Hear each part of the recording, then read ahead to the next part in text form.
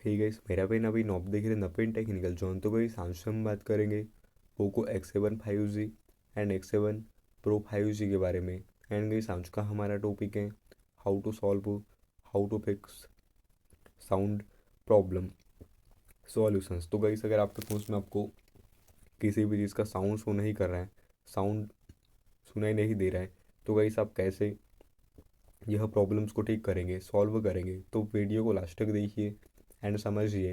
And अभी तक आपने हमारे चैनल को सब्सक्राइब नहीं किया है तो प्लीज़ सब्सक्राइब कर दीजिएगा।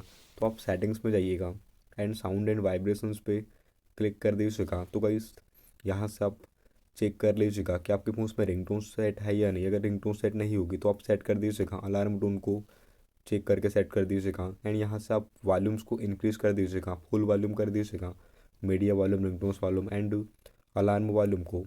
एंड उसके बाद आप चेक कर लीजिएगा कि जो आपका फ़ोन है वो साइलेंट मोड पे तो इनेबल नहीं है। अगर आपका फ़ोन साइलेंट मोड पे होगा तो आप इसे स्टेप से हटा दीजिएगा। तो वैसे आप स्टेप से सेटिंग्स कर दीजिएगा तो आपके फ़ोन में साउंड से रिलेटेड प्रॉब्लम्स ठीक हो जाएंगी। तो वैसे ये था आज का हमारा टॉपिक। उम्मीद है गाइस आपको वीडियो पसंद होगी। आज के लिए बस इतना ही। Thank you.